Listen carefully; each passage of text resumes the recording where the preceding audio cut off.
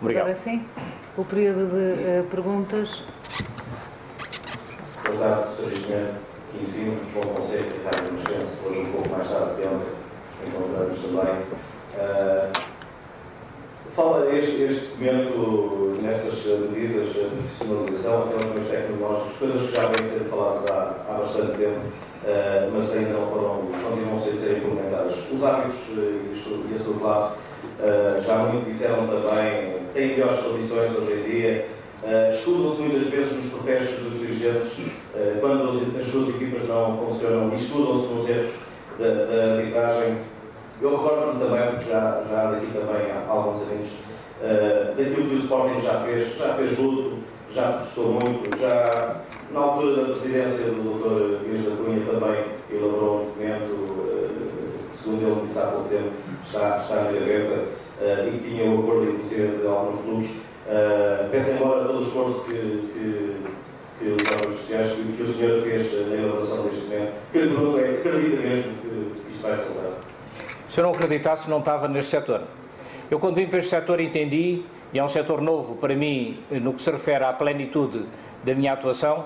Já estive, como sabem, no Sporting e no futebol, mas em circunstâncias diferentes, há 10 anos atrás.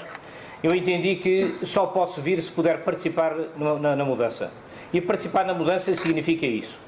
Explicar o que vamos fazer, já o fiz há meses atrás, apresentar aquilo que, entretanto, fizemos, e contribuir para a implementação dessas mesmas regras e contribuir também ao momento em que a Liga e a Federação vão rever as suas próprias competências em função da transferência de uma responsabilidade, garantir que nessa transferência nós estaremos presentes e que vamos atuar no sentido da sua melhoria. Eu tenho a certeza que se nós não atuarmos de uma forma proativa e sistemática, então, daqui a uns anos estaremos a lamentar de nós mesmos não termos contribuído conforme entendemos que o devemos fazer para a melhoria da qualidade do espetáculo. Portanto, eu acredito que vamos mudar e acredito que, através de ações diárias, sistemáticas e incisivas, vamos conseguir os nossos objetivos, que é garantir que, de uma forma transversal, haja menos intervenção da arbitragem no resultado dos jogos e haja muito mais garantia de imparcialidade. O Sporting não está à espera de ser beneficiado, não aceita nem quer que possa ser prejudicado. Boa tarde, Pedro Neves de Sousa, da TV.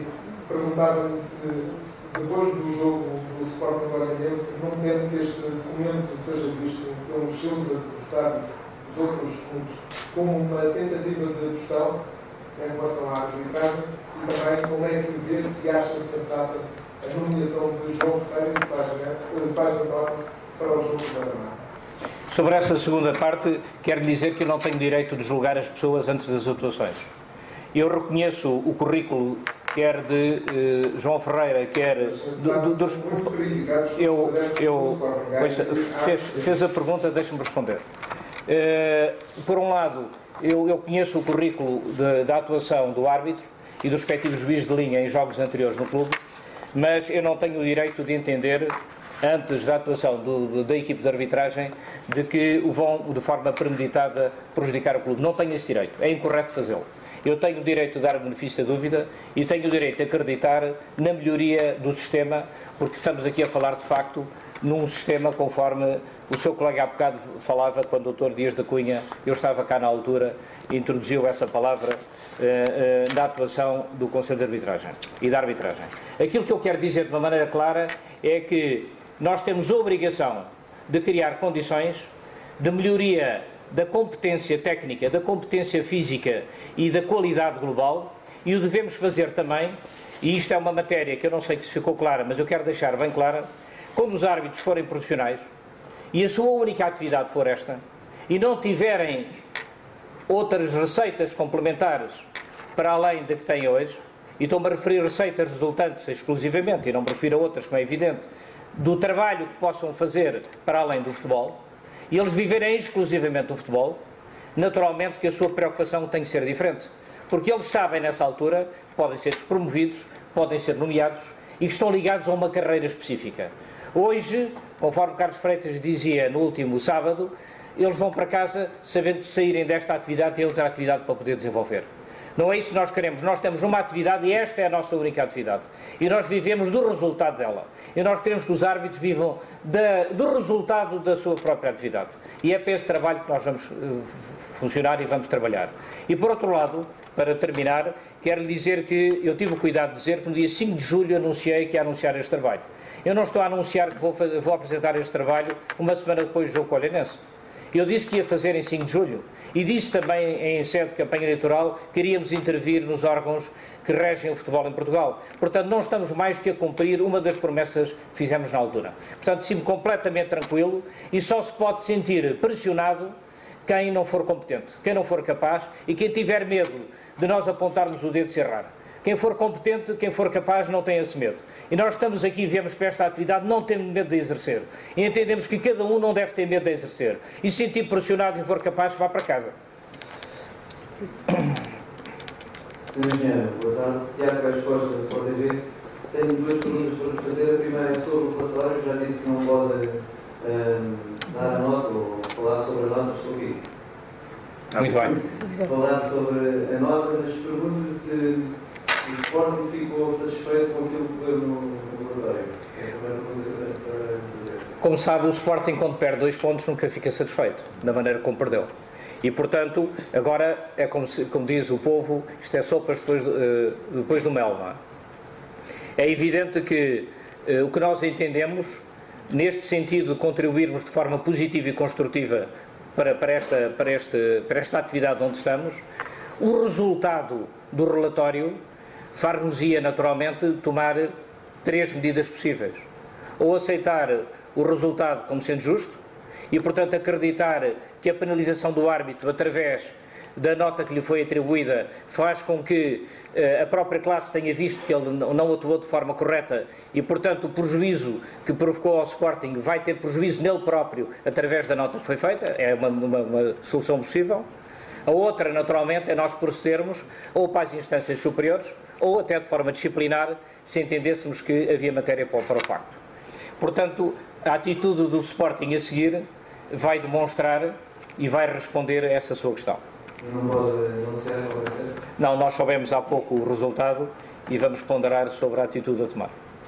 O engenheiro falou na arbitragem e utilizou a expressão da má qualidade. De forma geral, como é que classifica da má qualidade de alguns árbitros? De forma geral, como é que classifica o nível da arbitragem em Portugal? Eu posso lhe dizer que em qualquer atividade há erros. Nós contratamos jogadores, neste caso contratamos 14, temos de errar na contratação de algum. O técnico, quando opta por um jogador em vez de outro, porque acha que tem melhores condições para resolver o jogo, como pode cometer erros. Nós não estamos a dizer que nós próprios, que estamos agora a começar, estamos com 1 mês e meio, afinal de contas, de uma nova equipe e de uma nova estrutura técnica, também não temos correções a fazer. Não é isso que está em causa. Erros todos cometemos. O que está em causa são erros sistemáticos. E a forma como nós insurgimos no último jogo não tem a ver com mão na bola de um defesa que poderia inverter completamente o resultado do jogo. As pessoas poderiam dizer, mas a entrada do Jeffrey podia ter dado origem a cartão encarnado. Está bem, mas se tivesse sido assinalada a mão e a expulsão do jogador com o segundo cartão amarelo, que era como era normal, o jogo seria outro. Nós não estamos a referir exclusivamente ao facto de terem marcado indevidamente fora de jogo ao Postiga. Nós estamos a referir aos erros sistemáticos. E o que se passou naquele jogo é que foram marcadas faltas ao contrário. É que houve paragens de jogo. É que houve, efetivamente, cartões mal mostrados, como foi o caso do cartão amarelo ao Reinaldo. Quer dizer, houve erros do princípio ao fim.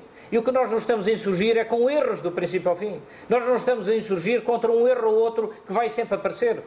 O facto de nós termos dito, conforme o Dr. Pedro Guerra sugeriu, e é nosso propósito, que haja o recurso a meios tecnológicos e o quarto árbitro possa interferir de imediato com o recurso a esses mesmos meios, é evidente que vamos tentar dessa forma e lutar por essa forma para que efetivamente haja menos erros. Afinal, quase todos os esportes hoje têm o recurso aos meios tecnológicos. Porquê que o futebol não há de ter?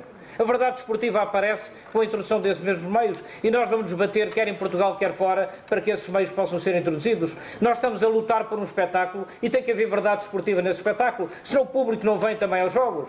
E podem dizer, então, e ontem empataram? Ontem empatámos, é verdade. Mas, e vocês sabem perfeitamente, nós estamos numa atividade em que a forma como os jogadores encaram os jogos resulta também dos resultados anteriores. E isto tudo joga no seu conjunto. E a forma como nós abordamos os jogos tem a ver também com os resultados em cada jogo. Eu não estou a desculpar-me com isso e faz parte da nossa estrutura interna e da nossa atividade interna garantir que haja golos e garantir que haja bons resultados, mas a verdade é que estas atuações sistemáticas no princípio do campeonato têm as suas repercussões na equipa. Isto não faz sentido. Portanto, eu não estou a dizer que a arbitragem toda ela é má, nem que há maus árbitros só em Portugal ou más equipes de arbitragem. Quando fio aos árbitros, fio uma equipe de arbitragem. O que eu estou a dizer é que as medidas que nós estamos a propor vão garantir, efetivamente, através da sua profissionalização, através da sua responsabilização e através da sua classificação num órgão único a que possamos apontar a responsabilidade de que haverá menos erros. E havendo menos erros, de certeza que o espetáculo é diferente. É esse aspecto que eu me estou a referir. Agora, sinceramente, eu não vou aceitar, de forma pré-concebida, que o facto de determinado árbitro ter atuado, ou determinado juiz de linha ter atuado mal no passado, não vou aceitar à partida que isso vai aceitar neste jogo. Estaremos cá para falar no final. Boa tarde, Engenheiro Lino Lopes, Gonçalo Ventura da RTP. O documento que nós temos em mãos e que foi aqui hoje apresentado fala sobre a estrutura da arbitragem, desde os seus dirigentes, aos avaliadores dos árbitros, aos corpos árbitros e assistentes. Eu pergunto se o problema da arbitragem dos últimos anos, ou os problemas da arbitragem dos últimos anos, são só incompetência ou, no entender do Sporting, também há limitação? Nós temos que partir do princípio que há incompetência. E estamos a partir do princípio que essa incompetência advém de variedíssimas coisas. Da sua atividade não ser exclusivamente futebol. Logo, primeiro aspecto. O segundo aspecto, de não estarem muitas vezes preparados do ponto de vista técnico para a função que exercem. Terceiro aspecto, não estarem preparados do ponto de vista físico para a intervenção que exercem. Quarto aspecto, não estão preparados psicologicamente para o ambiente que encontram nos campos e, portanto, há um conjunto de fatores que, a nosso entender, têm que ser claramente melhorados. E é nessa intervenção que nós queremos atuar. Aliás, fazemos duas propostas concretas, uma ao seu canal de televisão, por exemplo. Porquê que não põem nos programas desportivos que existem, há 3 programas desportivos, porquê que não põem um árbitro também nesse programa desportivo? Porquê que não pedem ao Conselho de Arbitragem para indicar um árbitro para cada um dos 3 programas desportivos? Porquê? Porque nós vemos muitas vezes comentadores que não percebem nada de arbitragem a falar sobre técnicas de arbitragem como se fossem os reis do conhecimento. Porquê que não envolvemos o Conselho de Arbitragem na responsabilização também e não os colocamos em cada um dos programas desportivos dizendo o que é que acham sobre cada um dos resultados de determinados jogos, fruto da má prestação e dos casos polémicos. Nós vemos, afinal, 3 pessoas intervenientes, e não me refiro a nenhuma delas em particular, a exercerem metade do seu tempo a comentarem arbitragens, muitas vezes não estão preparados para o efeito. Porquê que não pedem ao Conselho de Arbitragem para indicar um árbitro competente e passa aí a ser responsabilidade do Conselho de Arbitragem presente em cada um dos programas desportivos? Isso seria completamente diferente, porque envolveríamos na solução. Eles próprios dariam a cara. E, como é evidente, nós vemos que há um dos jornais que tem o painel composto por 3 árbitros antigos e que dão as respectivas classificações. Nós tivemos o cuidado de analisar e nós verificamos que mesmo esses árbitros têm opiniões diferentes sobre o mesmo lance. Se for o Conselho de Arbitragem a nomear responsáveis para lá serem colocados, já não podem dizer, afinal, pois, é que os avaliadores hoje não têm competência. Os avaliadores que vão dar classificações aos árbitros hoje vêm da 3ª e 4ª divisão e há uma reforma santa que ali têm porque foram nomeados para essa avaliação. Não estejam presentes e deem a cara, colocados por eles. Aliás, se não fizerem isso, nós vamos desafiar diretamente o Conselho de Arbitragem a que seja capaz, na segunda-feira, de fazer uma conferência de imprensa e dar a sua própria opinião sobre os casos polémicos que houve na semana anterior. Infelizmente há sempre casos polémicos. Esta é a maneira que cada um dos órgãos tem de dar a cara sobre o espetáculo e para promoverem de forma construtiva o espetáculo. Afinal de contas, nós achamos que não é refugiando-se em medidas, em leis e em sistemas, refugiando-se e escondendo-se atrás deles, que o espetáculo sai valorizado.